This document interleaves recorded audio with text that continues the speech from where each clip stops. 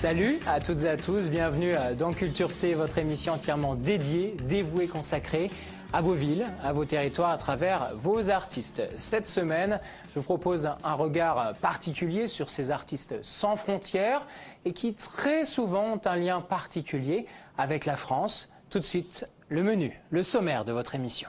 Douglas Kennedy, cet écrivain internationalement reconnu, l'un des grands chouchous de la France. On a eu la chance de le rencontrer au festival littéraire de la Mamounia à Marrakech. Lisa Simone, la fille de Nina Simone, elle essaye aujourd'hui de se faire un prénom dans ce monde de la musique avec un nouvel album, All Is Well. Tom Dixon est l'une des plus grandes stars mondiales du design. Il était le directeur de la maison Habitat. Il est aujourd'hui à la tête de sa propre marque. Nous sommes allés le rencontrer au salon Maison et Objets où il a reçu le prix du meilleur designer de l'année. Sans plus attendre, direction Rome, nous sommes allés à la rencontre de Jim. Jim est auteur de bande dessinée. Il a créé un diptyque autour d'une liaison amoureuse qui se déroule à Rome. Nous sommes donc allés sur les traces de ces deux héros dans les ruelles de cette magnifique ville. All set? Let's go.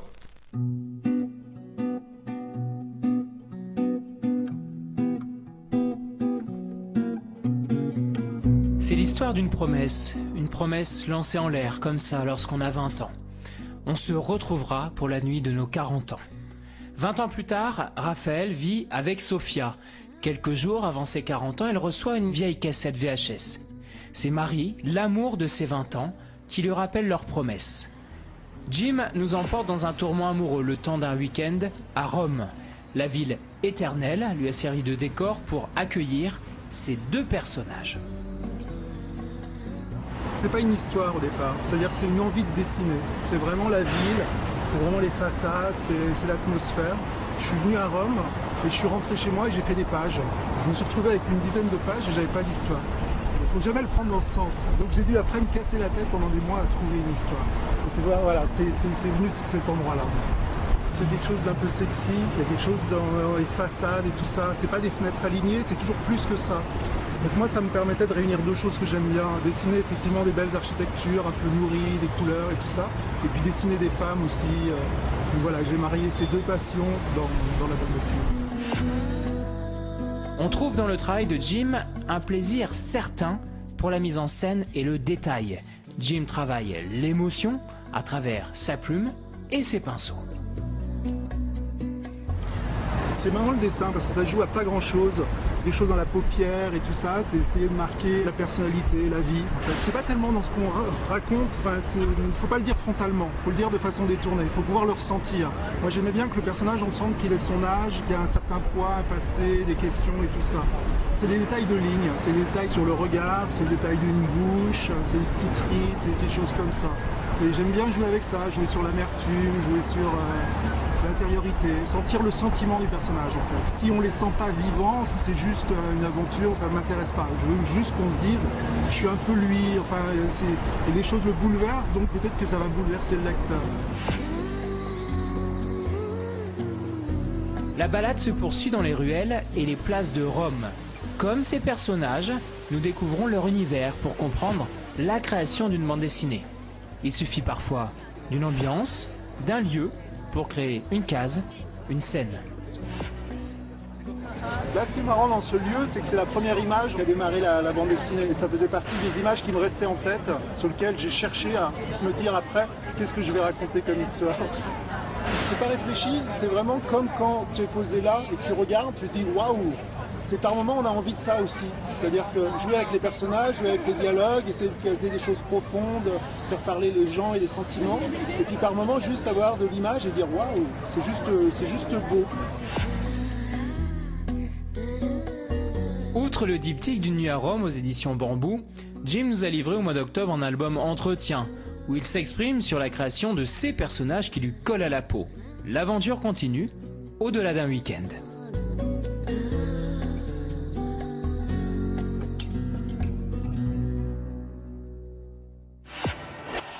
Il n'est pas toujours évident d'être la fille de Lisa Simone et la fille de Nina Simone, l'une des plus grandes divas des années 70. Nous avons eu la chance de la rencontrer. Elle nous parle évidemment de son vécu, de son histoire personnelle, de son héritage à la musique et d'un lien très particulier avec la France.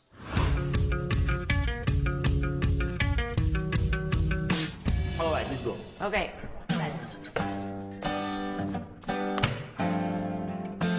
All is well. I keep telling myself. Lisa, bonjour. Bonjour. Bienvenue dans mon émission. On va parler de votre album, All Is Well. Mais j'avais 2-3 petites questions, évidemment, sur ce que vous êtes, votre parcours. J'ai découvert que vous aviez fait pendant 9 ans l'armée à Francfort. Est-ce que vous comprenez aujourd'hui pourquoi ce choix? Est-ce que c'était une sorte de réaction à la musique, à votre maman en disant « bon, je veux faire autre chose » ? I went into the military because my college plans did not work out. Je suis allée faire l'armée car mes espoirs universitaires n'ont pas fonctionné. J'étais très impatiente, comme n'importe quel jeune. J'avais un plan, et comme celui-ci n'a pas marché comme je le souhaitais, j'ai pris cette décision désespérée de m'engager dans l'armée américaine. Cela a duré quasiment 11 ans, c'est pourquoi j'étais en Allemagne, j'étais basée à Francfort, et c'est là-bas que j'ai redécouvert mon amour pour la musique et pour le chant. Je me souviens d'un verre de vin dans un bistrot. J'ai commencé à chanter avec cet homme qui jouait du piano. C'était naturel pour moi. Mais tous les gens autour de moi ont commencé à appeler leurs amis pour qu'ils viennent me voir chanter. Et c'est là que j'ai réalisé que c'était sans doute quelque chose que je devais faire dans ma vie. J'ai pris la décision de suivre mon cœur et j'en suis fière car autrement je ne serais pas assise devant vous aujourd'hui. Quand vous étiez enfant, vous chantiez à l'église par exemple. Vous n'êtes pas dit à l'époque ce que je veux faire, c'est être chanteuse, c'est faire de la musique. Pourquoi il y a une sorte de rupture entre le fait de chanter à l'église, d'avoir une maman chanteuse et de vous dire bah non, je veux faire autre chose après? No one in my family ever encouraged me to sing. Personne dans ma famille ne m'a encouragée à chanter. En effet, quand je parle à des anciens qui se souviennent de ma jeunesse, ils me rappellent qu'on m'a toujours découragée de chanter. Quand j'ai commencé à chanter à l'église, je vivais avec une tante du côté de mon père, à proximité de New York. C'était une progression naturelle. 5 d'entre nous se sont réunis pour former le groupe Gospel Cameras. Je leur donnais à chacun leur partition car j'avais l'harmonie dans ma tête. Donc mon premier public, c'était dans une église. Ma bouche et mes genoux tremblaient, mais cette première expérience fut merveilleuse. Après ça, je me souviens d'un groupe de jazz composé d'hommes. Ils m'ont demandé d'interpréter Street Life de Randy Crawford. J'ai vraiment apprécié ce moment. Puis ils m'ont demandé de devenir la chanteuse de leur groupe. Et c'est à ce moment que ma tante m'a dit « Tu ne dois pas vivre ce genre de vie ».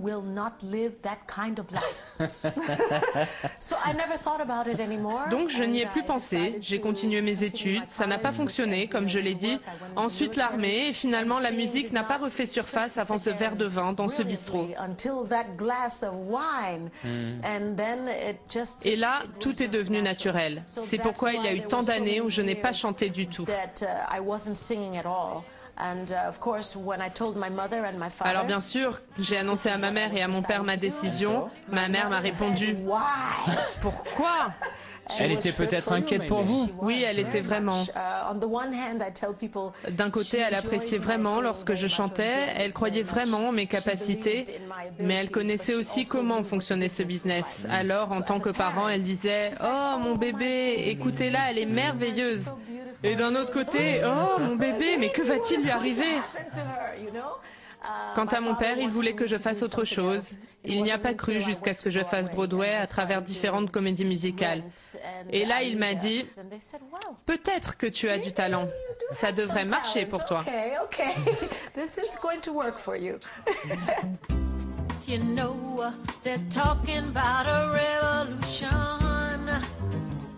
No matter what the people say. When I think of all the implications, I feel sad and torn and cast away. Le nouvel album, All Is Well, c'est une page qui se tourne ou c'est une page qui s'ouvre pour vous?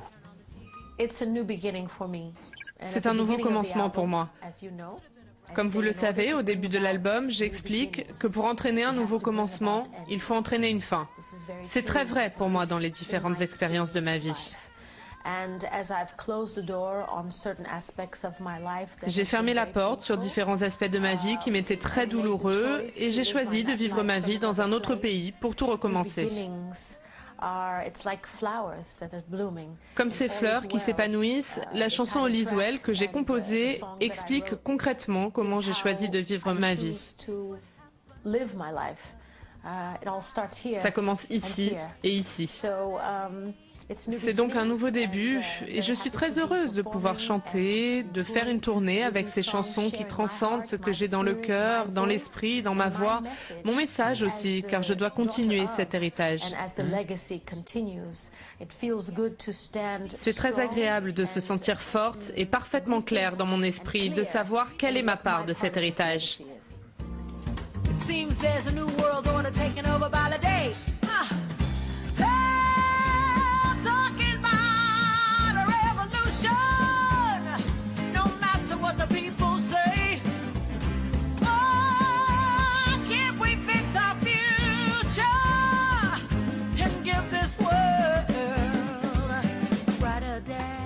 Ma dernière question, c'est à propos des Français. Il apparaît que vous avez une relation particulière avec notre pays. Est-ce qu'on peut dire que la France fait partie de votre renaissance?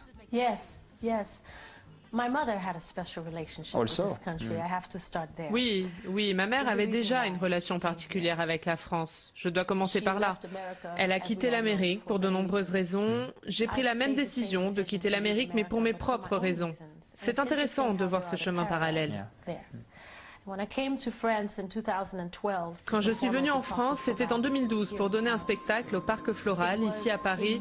C'était un jour réellement magique. Je me suis réveillée et j'ai senti autour de moi que cela allait être un jour vraiment extra. Je n'avais pas prévu de rester. Après le concert, j'ai dit « Allez, on annule l'avion, on change les billets. Je veux savoir à quoi ressemble la France et comprendre pourquoi ma mère se sentait tellement bien ici. » Et quand je suis allée sur le parvis du Louvre quelques jours plus tard, j'ai eu un moment particulier, une sorte de révélation. Qu'est-ce que je fais en Amérique? Pourquoi toutes ces autres divas comme Joséphine Baker, Grace Jones, Dee Dee Bridgewater, Nina Simone et tant d'autres, pourquoi je ne changerais pas comme elles? J'ai travaillé si dur pour mon pays, n'est-il pas temps de changer et de prendre une autre décision? Je suis revenue en Amérique, je suis allée voir mon mari, j'ai levé le doigt et je lui ai dit « Nous partons en France !» Il m'a regardé et à ma grande surprise, il m'a répondu « Il était temps !» Il avait attendu que je prenne cette décision, il savait que la France représentait une souffrance car ma mère était décédée là-bas. Une fois que j'ai été capable de voir au-delà de ça, j'ai réellement vu ce que la France représentait pour moi. Ça a été un énorme changement pour nous, nous avons pris un très gros risque. Beaucoup de petites choses ici sont différentes pour nous, mais la récompense a été fabuleuse. Désormais, je n'ai plus à courir, je n'ai plus à bouger, j'ai bougé toute ma vie, je vivais ici, là-bas, je ne me sentais jamais à la maison. Pour la première fois depuis l'âge de 5 ans, je me sens vraiment à la maison.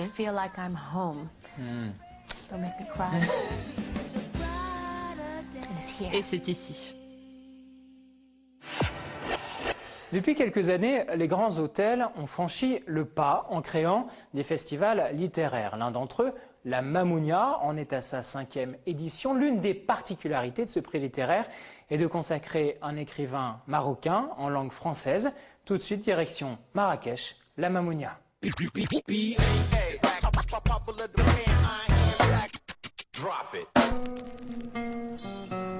Au pied des montagnes de l'Atlas, Marrakech est surnommée la ville rouge. Fondée au XIe siècle, la 4e ville du Maroc en population est devenue en quelques décennies un lieu incontournable du tourisme international. Parmi ces lieux exceptionnels qui ont fait sa réputation, une adresse rayonne depuis les années 20, c'est l'hôtel de la Mamounia. Comme d'autres lieux prestigieux dans le monde, l'hôtel a lancé il y a 5 ans un prix littéraire. Ça a été créé par mon prédécesseur. Et en fait, à la réouverture de l'hôtel, il s'était posé un certain nombre de questions, compte tenu que nous sommes un hôtel indépendant et que ça a toujours été un hôtel qui a été très proche de l'art et de la culture du Maroc. Et donc l'idée de ce prix littéraire de la Mamounia est venue tout simplement de cette comme ça. Cette 5e édition aura couronné un premier roman, Le Job de Reda Dalil.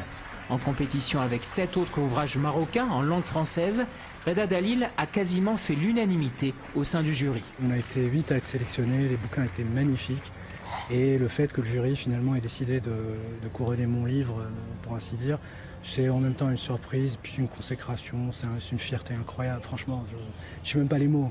Je trouve que c'est vraiment génial, je trouve que la Mamounia fait un travail exceptionnel à justement encourager ce vivier d'écrivains qu'on a au Maroc, d'expression française. Et qui, bon, le Maroc étant un pays où malheureusement on ne lit pas beaucoup, sont un petit peu, entre guillemets, déconsidérés. Aujourd'hui, la Mamounia les ramène au devant de la scène et je trouve ça vraiment formidable. Et être parmi les noms illustres qui m'ont précédé, rentrer un petit peu dans l'histoire de cette belle institution, franchement, c'est plus qu'un plaisir, allez, je vais tenter le mot, c'est une extase.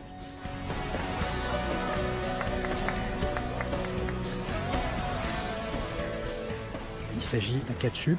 Il est licencié à cause de la crise des subprimes en 2009. Alors du jour au lendemain, on vient de lui dire, écoute, il faut que tu partes. Il y a eu un plan social, 30 000 licenciés à travers le monde. La filiale marocaine en a pâti, il part. Et là, je raconte un petit peu sa descente aux enfers parce que Primo, il vient pas d'une famille, on va dire, fortunée. Donc ce qui fait qu'il n'a pas de filet, il n'a aucun filet social. Au Maroc, on ne touche pas les allocations. C'est malheureux, mais c'est comme ça va venir. Et donc, il va falloir qu'il compte un petit peu sur la solidarité familiale, sur les amis. J'essaye plus ou moins je me suis un petit peu inspiré d'un composite de personnages, de différents amis qui ont vécu malheureusement cette tragédie. Et puis, le résultat, ça a été le job qui, finalement, si j'en crois ceux qui l'ont lu et le jury de la Mamounia, a touché plus ou moins, quelques lecteurs. Depuis 5 ans, des stars de la littérature viennent consacrer ces écrivains marocains en langue française. Parmi les habitués et membres du jury, un écrivain américain au succès mondial, lui aussi francophone, c'est Douglas Kennedy. Comme j'ai dit beaucoup de fois, des jeunes écrivains, deux choses si on veut devenir romancier. Il faut écrire tous les jours, parce que oui, c'est un art, mais aussi c'est un métier, et c'est une discipline. Et la discipline, c'est derrière tous les grands artistes. Mais aussi, il faut lire. Il faut lire tout le temps pour franchement voler des autres. Une 6e édition est d'ores et déjà prévue et il se murmure qu'un nouveau prix pourrait récompenser des designers contemporains. Une belle histoire à suivre. En quelques années, Tom Dixon est devenu l'un des grands noms du design international. Celui qui a été directeur de la marque Habitat est aujourd'hui à la tête de sa propre marque. Nous sommes allés à sa rencontre au salon Maison et Objets qu'il a consacré meilleur designer de l'année 2014.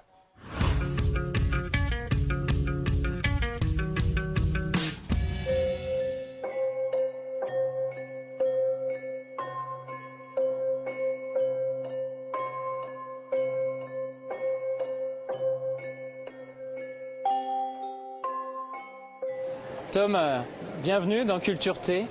Merci de nous accueillir ici à Maison Objet sur votre stand. C'est votre marque aujourd'hui qui porte votre nom. Mais le chemin a été long, évidemment. Est-ce que du petit gamin qui est né en Tunisie, on peut expliquer aujourd'hui votre succès international ?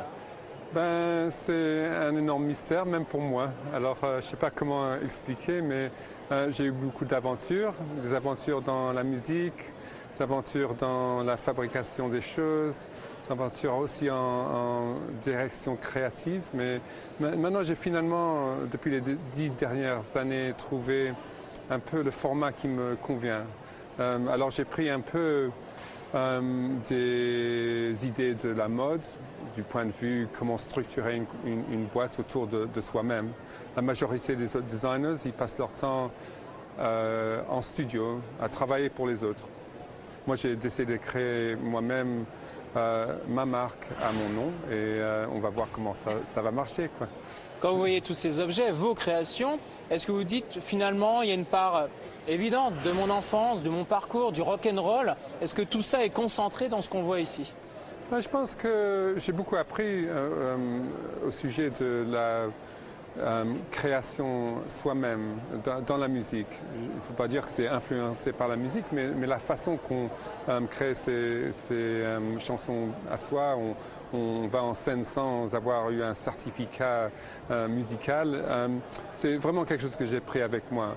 Les autres choses, de travailler avec les Italiens dans le mobilier de luxe, de travailler dans une boîte habitat, dans une grande boîte et voir un peu le commerce, et m'exercer un peu dans la communication, ont ajouté à mes expériences et je pense qu'on voit un peu l'intérêt dans la fabrication, les matériaux, mais aussi la vente des choses. Je m'intéresse plus que les autres designers peut-être dans le fait que je fais des choses pour que les gens les achètent.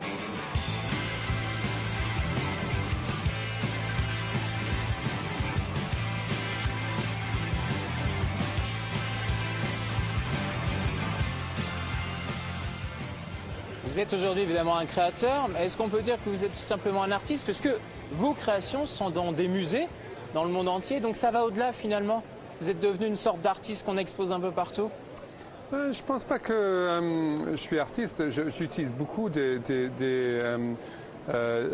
méthodes sculpturelles, disons, mais il faut dire que le design, c'est très différent de l'art.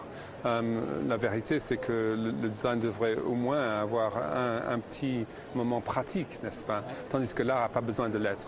Alors moi, je me prends pas en tant qu'artiste, mais si vous pensez que c'est ça que je suis, moi je suis très heureux. Hein. Donc ça vous va bien quand même. Lorsqu'on voit ces objets, comment on crée un objet? Comment Tom Dixon, je sais pas, vous avez une feuille blanche, ça vient la nuit, le jour, à un moment particulier, en écoutant du rock'n'roll, comment ça vient? Les influences sont très diverses. Pour moi, l'important, c'est de vraiment avoir une connaissance des méthodes de fabrication. Ce qui m'inspire beaucoup, c'est souvent comment on fait les choses plutôt que la fonction, disons. Une autre influence, c'est beaucoup les matériaux. J'utilise beaucoup le métal. J'ai commencé avec le métal, de plus en plus aussi le cuivre et le bronze. Et je m'intéresse aussi aux formes sculpturelles. Alors je pense qu'on voit ça avec en plus un petit élément de tradition anglaise.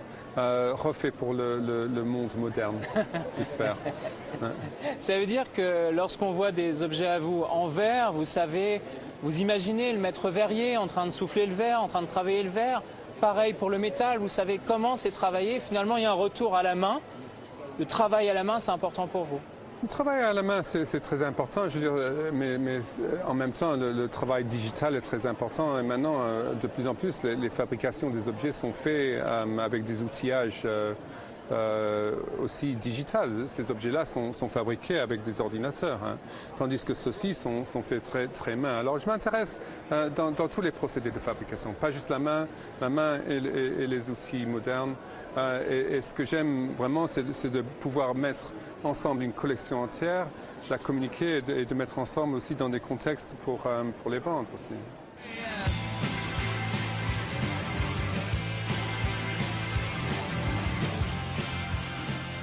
Créer sa marque avec son propre nom, c'est quoi? C'est finalement s'abandonner au public, puisque évidemment les objets vont partir partout dans le monde entier. Les objets Tom Dixon, ça fait quoi? Ça fait quelle impression? Ça fait peur, ouais, et ce qui est formidable, c'est que ça a l'air de marcher. Alors d'avoir ici le créateur de l'année et de pouvoir venir à Paris et faire une interview et tout ça, c'est comme un rêve en réalité, puisque moi tout ce que je fais, j'ai des idées parfois ridicules. Je les mets, j'ai la plateforme où je peux les mettre en cours et puis tout d'un coup je suis ici et les gens ont l'air d'être assez intéressés d'ailleurs. Ouais.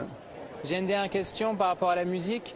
Est-ce qu'un objet peut être une note de musique? Est-ce que ça peut être un sol, un fa? Est-ce qu'il peut y avoir une résonance ou une compréhension musicale par rapport à vos objets?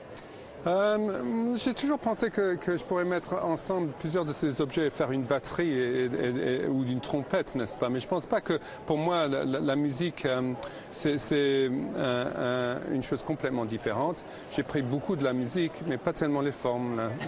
D'accord. Tom, merci beaucoup. Je vous en prie. Merci à vous. Au revoir. C'est une tradition de votre émission Culture T, la rubrique Beaux livres.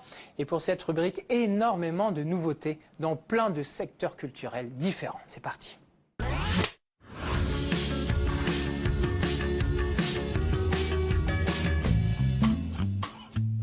Nous débutons cette rubrique Beaux livres avec une plongée dans l'univers du boss, l'unique boss, Monsieur Bruce Springsteen. Après plus de 40 ans de carrière et 18 albums studio devenus iconiques, le journaliste musical Ryan White nous conte le parcours du boss, album après album. De nombreux documents et photos viennent agrémenter la plume brillante du journaliste. On y redécouvre la carrière de ce gamin d'Amérique devenu un mythe mondial et qui continue inlassablement à remplir les stades et les salles du monde entier. Un portrait enthousiasmant qui donne envie d'hurler « Born in the USA », même si ça n'est pas le cas.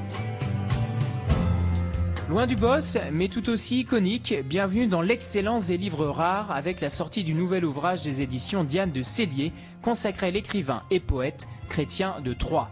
À travers deux de ses récits, Yvain ou le Chevalier au Lion et Lancelot le Chevalier de la Charrette, on découvre le talent de Chrétien de Troyes pour nous emporter dans ses grandes aventures mêlant l'amour et les armes, la mythologie et la chevalerie. Le livre est somptueux, comme à l'accoutumée, illustré par la peinture pré-raphaéléite qui donne du souffle et de l'épique à des histoires déjà passionnantes. Tamara Pincher, Touraco, Lémurien ou encore Panthère, je ne vous emmène pas dans un pays exotique pour un safari sous une chaleur étouffante, mais à Mulhouse, oui, dans l'est de la France, au parc zoologique et botanique de la ville. Dans son rôle de sauvegarde d'espèces menacées ou méconnues, le parc zoologique a réalisé ce livre pour y découvrir la diversité des animaux, mais aussi expliquer, page après page, les différentes menaces qui pèsent sur ces espèces dans le monde entier. Un livre tout simplement beau et intelligent, notamment pour les plus jeunes. C'est aux éditions de Lachaud et Niestlé. Autre style de photo, celle de ces journalistes qui traversent le monde depuis des décennies avec comme arme d'information leur appareil photo. Patrick Mahé et Didier Rapeau aux éditions du Chêne rendent hommage à ces journalistes qui ont parfois laissé leur vie pour une photo, une information, un témoignage sur notre monde. Que ce soit sur des zones de guerre, des grands événements sportifs, culturels, ils sont les témoins de ce monde en perpétuel mouvement et qui restera figé sur une photo pour l'éternité. À l'heure où chaque possesseur de téléphone se croit grand reporter, il est bon de rappeler que c'est avant tout un métier, une profession sans concession, bien loin des clichés. Dernier livre de cette chronique dans un éclat de lumière qui traverse les siècles, Vitrail aux éditions du Patrimoine retrace plus de 1500 ans d'histoire française de cet art rare et unique. Vous serez amené à découvrir ses origines au 5e siècle, ses différentes techniques de réalisation, son incommensurable iconographie et ses artistes, les maîtres verriers. Près de 500 pages, très richement illustrées, un moment précieux pour redécouvrir ce patrimoine français exceptionnel, le plus riche au monde.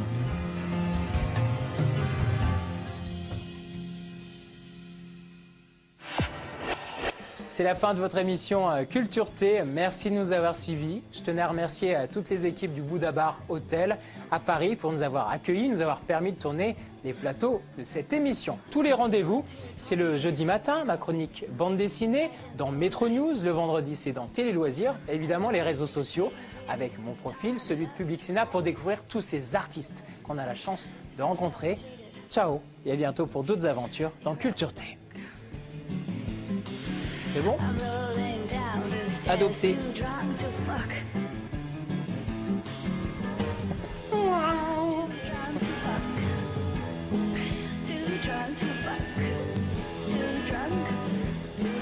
It's like a video game. It's like Super Mario. That's right. Nous sommes allés le rencontrer aux maisons Salon Zobner Hasnefnef. I like your gun.